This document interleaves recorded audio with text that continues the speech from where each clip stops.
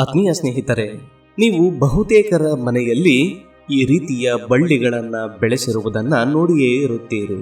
ಅಂದವಾಗಿ ಕಾಣಲೆಂದು ಡೆಕೋರೇಷನ್ಗಾಗಿ ಮಾತ್ರವೇ ಈ ಬಳ್ಳಿಗಳನ್ನು ಬೆಳೆಸುತ್ತಾರೆ ಎಂದು ನೀವು ನಂಬಿದ್ದರೆ ನಿಮ್ಮ ನಂಬಿಕೆ ತಪ್ಪು ಸ್ನೇಹಿತರೆ. ವಾಸ್ತವವಾಗಿ ವಾಸ್ತುಶಾಸ್ತ್ರದ ಅನುಸಾರ ಈ ಬಳ್ಳಿಗಳನ್ನು ಬೆಳೆಸುವುದರಿಂದ ನಿಮಗೆ ಆರ್ಥಿಕ ಲಾಭವು ಉಂಟಾಗುತ್ತದೆ. ಅದೇ ಕಾರಣದಿಂದಾಗಿ ಈ ಬಳ್ಳಿಗಳನ್ನು ಮನಿ ಪ್ಲಾಂಟ್ಗಳು ಎಂದು ಕರೆಯುತ್ತಾರೆ. ಈ ಬಳ್ಳಿಗಳನ್ನು ಯಾರ ಮನೆಯಲ್ಲಿ ಬೆಳೆಸುತ್ತಾರೋ ಅವರ ಮನೆಯಲ್ಲಿಯ ಆರ್ಥಿಕ ಸಮಸ್ಯೆಗಳು ದೂರವಾಗುತ್ತವೆ. ಮನೆಯಲ್ಲಿ ಲಕ್ಷ್ಮಿಯು ನೆಲೆಸುತ್ತಾಳೆ, ಸಮೃದ್ಧಿಯು ತುಂಬಿ ತುಳುಕುತ್ತದೆ, ನೆಮ್ಮದಿ ಪ್ರಶಾಂತತೆಯು ಉಂಟಾಗುತ್ತದೆ ಎನ್ನುತ್ತದೆ ವಾಸ್ತುಶಾಸ್ತ್ರ. ಈ ಬಳ್ಳಿಗಳಿಂದ ಇಷ್ಟೆಲ್ಲ ಲಾಭ ಇರುವುದರಿಂದಲೇ ಇತ್ತೀಚೆಗೆ ಬಹುತೇಕವಾಗಿ ಎಲ್ಲರ ಮನೆಯಲ್ಲಿ ಈ ಬಳ್ಳಿಗಳನ್ನು ಬೆಳೆಸುವುದನ್ನು ನಾವು ನೋಡುತ್ತೇವೆ. ಆದರೆ ಈ ಬಳ್ಳಿಯನ್ನು ಯಾವ ರೀತಿ ಬೆಳೆಸಬೇಕು, ಯಾವ ದಿಕ್ಕಿನಲ್ಲಿ ಬೆಳೆಸಬೇಕು ಎಂದು ವಾಸ್ತುಶಾಸ್ತ್ರವು ಸ್ಪಷ್ಟವಾಗಿ ತಿಳಿಸಿದೆ ಸ್ನೇಹಿತರೆ.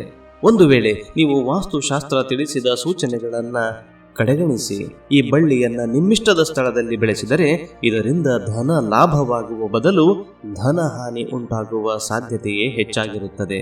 ಆದ ಕಾರಣ ನಿಮ್ಮ ಮನೆಯಲ್ಲಿ ನೀವು ಈ ಬಳ್ಳಿಯನ್ನು ಬೆಳೆಸಿದ್ದರೆ ಈ ವಿಡಿಯೋವನ್ನು ಕೊನೆಯವರೆಗೂ ನೋಡಿ ಮತ್ತು ಈ ಬಳ್ಳಿಯನ್ನು ಬೆಳೆಸುವ ವಿಧಾನ ಯಾವುದು, ರೀತಿ ಯಾವುದು ಎನ್ನುವುದನ್ನು ನಾವು ನಿಮಗೆ ಹೇಳಿಕೊಡುತ್ತೇವೆ.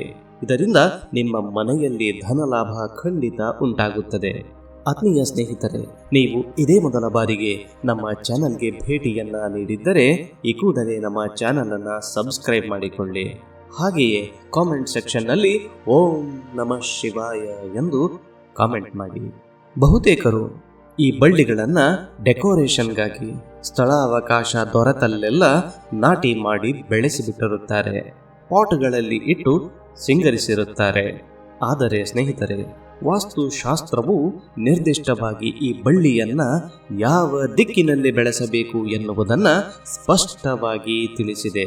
ಈ ಮನಿ ಪ್ಲಾಂಟ್ಗಳನ್ನು ಆಗ್ನೇಯ ದಿಕ್ಕಿನಲ್ಲಿ ಸ್ಥಾಪಿಸಿ ಬೆಳೆಸಿದರೆ ಮಾತ್ರ ಅಪಾರ ಧನ ಪ್ರಾಪ್ತಿ ಯೋಗವು ನಿಮ್ಮದಾಗುತ್ತದೆ.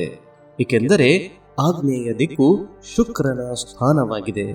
ಹಾಗೆಯೇ ಆಗ್ನೇಯ ದಿಕ್ಕು ಗಣಪತಿ ಮತ್ತು ತಾಯಿ ಲಕ್ಷ್ಮೀ ದೇವಿಯ ಆವಾಸ ಸ್ಥಾನ ಕೂಡ ಆಗಿದೆ. ಹೀಗಾಗಿ ನಿಮ್ಮ ಮನೆಯ ಆಗ್ನೇಯ ದಿಕ್ಕಿನಲ್ಲಿ ನೀವು ಈ ಬಳ್ಳಿಯನ್ನ ಬೆಳೆಸಿದರೆ ನಿಮಗೆ ಇದರ ಗರಿಷ್ಠ ಲಾಭ ದೊರಕುತ್ತದೆ. ನಿಮ್ಮ ಮನೆಯ ಮುಖ್ಯ ಬಾಗಿಲು ಉತ್ತರ ದಿಕ್ಕಿಗೆ ಮುಖ ಮಾಡಿದ್ದರೆ ಸ್ನೇಹಿತರೆ, ಆಗ ನೀವು ಈ ಬಳ್ಳಿಯನ್ನ ಮುಖ್ಯ ದ್ವಾರದ ಹತ್ತಿರ ಬೆಳೆಸಿ. ಆಗ ನೋಡಿ, ಹಣದ ಹರಿವು ತನ್ನಿಂದ ತಾನೇ ಹೆಚ್ಚಾಗುತ್ತದೆ. ಇದಕ್ಕೆ ಕಾರಣ ಉತ್ತರ ದಿಕ್ಕನ್ನ ಕುಬೇರನ ಸ್ಥಾನ ಎಂದು ವಾಸ್ತುಶಾಸ್ತ್ರ ತಿಳಿಸುತ್ತೆ. ಮನಿ ಪ್ಲಾಂಟ್ ಕುಬೇರನ ಸ್ಥಾನದಲ್ಲಿದ್ದರೆ ಅದರ ಶಕ್ತಿ ಅಪರಿಮಿತವಾಗುತ್ತದೆ ಮತ್ತು ಇದರಿಂದ ನಿಮ್ಮ ಎಲ್ಲ ಆರ್ಥಿಕ ಸಮಸ್ಯೆಗಳು ಖಂಡಿತ ದೂರವಾಗುತ್ತವೆ. ಆದರೆ ಸ್ನೇಹಿತರೆ, ನೀವು ಯಾವುದೇ ಕಾರಣಕ್ಕೂ ಈ ಬಳ್ಳಿಗಳನ್ನು ಈಶಾನ್ಯ ದಿಕ್ಕಿನಲ್ಲಿ ಸ್ಥಾಪಿಸಿ ಬೆಳೆಸಬೇಡಿ. ಈಶಾನ್ಯದ ದಿಕ್ಕಿನಲ್ಲಿ ಈ ಬಳ್ಳಿಯನ್ನು ಬೆಳೆಸಿದರೆ ನಿಮಗೆ ಧನ ಹಾನಿಯಾಗುವ, ಆರ್ಥಿಕ ಸಂಕಷ್ಟಗಳು ಬರುವ ಸಾಧ್ಯತೆಯೇ ಹೆಚ್ಚಾಗಿರುತ್ತೆ. ಆದ ಕಾರಣ ಯಾವುದೇ ಕಾರಣಕ್ಕೂ ಈಶಾನ್ಯ ದಿಕ್ಕಿನಲ್ಲಿ ಈ ಬಳ್ಳಿಗಳನ್ನು ಬೆಳೆಸಬೇಡಿ. ಈಗಾಗಲೇ ಬೆಳೆಸಿದ್ದರೆ ಅದನ್ನು ಆಗ್ನೇಯ ದಿಕ್ಕಿನಲ್ಲಿ ತಂದಿರಿಸಿ. ಆದಷ್ಟು ಮನೆಯ ಹೊರಭಾಗದಲ್ಲಿ ಈ ಬಳ್ಳಿಗಳನ್ನು ಬೆಳೆಸುವುದಕ್ಕಿಂತ ಮನೆಯೊಳಗೆ ಇವನ್ನ ಬೆಳೆಸುವುದು ಹೆಚ್ಚು ಲಾಭದಾಯಕ. ಈ ಬಳ್ಳಿಗಳು ಮನೆಯೊಳಗೆ ಧನಾತ್ಮಕತೆಯನ್ನ ತುಂಬಿಸುತ್ತವೆ.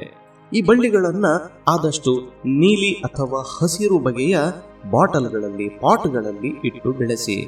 ಇದರಿಂದ ಇವುಗಳ ಶಕ್ತಿಯು ವೃದ್ಧಿಸುತ್ತದೆ. ಹಾಗೆಯೇ ನೀವು ಯಾವುದೇ ಕಾರಣಕ್ಕೂ ಕೆಂಪು ಬಣ್ಣದ ಬಾಟಲ್ಗಳಲ್ಲಿ ಅಥವಾ ಪಾಟ್ಗಳಲ್ಲಿ ಈ ಗಿಡಗಳನ್ನು ಬೆಳೆಸಬೇಡಿ. ಅಥವಾ ಕೆಂಪು ಬಣ್ಣದ ಗೋಡೆಗಳ ಹತ್ತಿರ, ಕೆಂಪು ಬಣ್ಣದ ವಸ್ತುಗಳ ಹತ್ತಿರ ನೀವು ಈ ಗಿಡಗಳನ್ನು ಇರಿಸಬೇಡಿ. ಕೆಂಪು ಬಣ್ಣವನ್ನು ಉದ್ರಿಕ್ತದ ಬಣ್ಣ, ನೆಗೆಟಿವ್ ಕಲರ್ ಅಂತ ಕೂಡ ಗುರುತಿಸುತ್ತಾರೆ. ಹೀಗಾಗಿ ಈ ಮನಿ ಪ್ಲಾಂಟ್ಗಳು ಕೆಂಪು ಬಣ್ಣದ ಸಹವಾಸಕ್ಕೆ ಬಂದರೆ ಧನಾತ್ಮಕತೆಯನ್ನು ಬೀರುವ ಬದಲು ಋಣಾತ್ಮಕತೆಯನ್ನು ಬೀರಲು ಪ್ರಾರಂಭಿಸಿ ಬಿಡುತ್ತವೆ. ಇನ್ನು ಗೃಹ ವಿಜ್ಞಾನ ಹೇಳುವಂತೆ ಈ ಗಿಡಗಳು ಮನೆಯೊಳಗೆ ವಾಯು ಮಾಲಿನ್ಯವನ್ನ ತಡೆಗಟ್ಟುತ್ತವೆ ಮತ್ತು ನಿಮ್ಮ ಮನೆಯಲ್ಲಿ ಇರಬಹುದಾದ ಮೊಬೈಲ್ ಫೋನ್ಗಳ ರೇಡಿಯೇಷನ್ಗಳನ್ನು, ವೈಫೈ ರೂಟರ್ಗಳ ರೇಡಿಯೇಷನ್ಗಳನ್ನು ಹೀರಿಕೊಂಡು ನಿಮ್ಮ ಮನೆಯನ್ನು ಆರೋಗ್ಯಪೂರ್ಣವಾಗಿಸುತ್ತವೆ. ಹೀಗಾಗಿ ಇದನ್ನು ಆ ಉದ್ದೇಶದಿಂದಲೂ ಕೂಡ ನೀವು ಬಳಸಿಕೊಳ್ಳಬಹುದು. ಈ ಗಿಡಗಳನ್ನು ಬೆಳೆಸುವಾಗ ನೀವು ಈ ಕೆಳಗಿನ ಎಚ್ಚರಿಕೆಗಳನ್ನು ತೆಗೆದುಕೊಳ್ಳಲೇಬೇಕಾಗುತ್ತದೆ ಸ್ನೇಹಿತರೆ. ಮನಿ ಪ್ಲಾಂಟ್ಗಳನ್ನು ಯಾವಾಗಲೂ ಮೇಲ್ಮುಖವಾಗಿ ಬೆಳೆಯುವಂತೆ, ಈ ಬಳ್ಳಿ ಹಬ್ಬುವಂತೆ ನೀವು ಎಚ್ಚರ ವಹಿಸಬೇಕು. ಒಂದು ವೇಳೆ ಈ ಬಳ್ಳಿಗಳು ಕೆಳಮುಖವಾಗಿ ಬೆಳೆದಲ್ಲಿ ಅಥವಾ ನೆಲದ ಮೇಲೆ ಹಬ್ಬಿಕೊಂಡಲ್ಲಿ ಈ ಬಳ್ಳಿಯ ಎಲೆಗಳು ನೆಲವನ್ನು ತಾಕಿದರೆ ಇವು ಋಣಾತ್ಮಕತೆಯನ್ನು ಉಂಟು ಮಾಡುತ್ತವೆ ಮತ್ತು ಆರ್ಥಿಕ ಕುಸಿತಕ್ಕೆ ಕಾರಣವಾಗುತ್ತವೆ.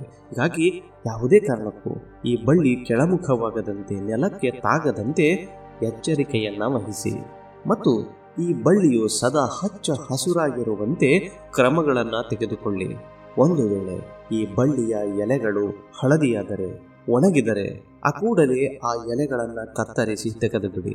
ಇಲ್ಲದಿದ್ದರೆ ಇದು ಕೂಡ ವಾಸ್ತು ದೋಷಗಳನ್ನು ಮನೆಯಲ್ಲಿ ಉಂಟು ಮಾಡುತ್ತದೆ. ನಿಮ್ಮ ಮನೆಯಲ್ಲಿ ಅಂದವಾಗಿ ಚಂದವಾಗಿ ನೀವು ಈ ಮನಿ ಪ್ಲಾಂಟ್ಗಳನ್ನು ಬೆಳೆಸಿದರೆ ನಿಮ್ಮ ಸ್ನೇಹಿತರು, ನಿಮ್ಮ ನೆರೆಹೊರೆಯವರು ಇದರ ಬಗ್ಗೆ ನಿಮ್ಮನ್ನು ಖಂಡಿತ ಕೇಳಿಯೇ ಕೇಳುತ್ತಾರೆ. ಅದರ ಮಹತ್ವವನ್ನು ನೀವು ತಿಳಿಸಿದಾಗ ನಮಗೂ ಈ ಗಿಡವನ್ನು ಕೊಡಿ ಎಂದು ಅವರು ನಿಮ್ಮನ್ನು ಕೇಳಬಹುದು. ಆಗ ನೀವು ಅದರ ಒಂದು ರೆಂಬೆಯನ್ನು ಮುರಿದು ಅವರಿಗೆ ಕೊಟ್ಟಿರಲೂಬಹುದು. ಆದರೆ ಸ್ನೇಹಿತರೆ, ವಾಸ್ತುಶಾಸ್ತ್ರ ತಿಳಿಸುವಂತೆ ಯಾವುದೇ ಕಾರಣಕ್ಕೂ ಒಂದು ಮನೆಯಲ್ಲಿ ನೆಟ್ಟು ಬೆಳೆಸಿರುವ ಮನಿ ಪ್ಲಾಂಟ್ನ ಭಾಗವನ್ನು ಕತ್ತರಿಸಿ ಮತ್ತೊಬ್ಬರಿಗೆ ನೀಡಲೇಬಾರದು. ಹಾಗೆ ಒಂದು ವೇಳೆ ನೀವು ಕತ್ತರಿಸಿ ಕೊಟ್ಟಿದ್ದೇ ಆದಲ್ಲಿ ಅದು ನಿಮ್ಮ ಸಂಪತ್ತನ್ನು ಇನ್ನೊಬ್ಬರಿಗೆ ಕಡಿತಗೊಳಿಸಿ ನೀಡಿದಂತೆ ಆಗುತ್ತೆ.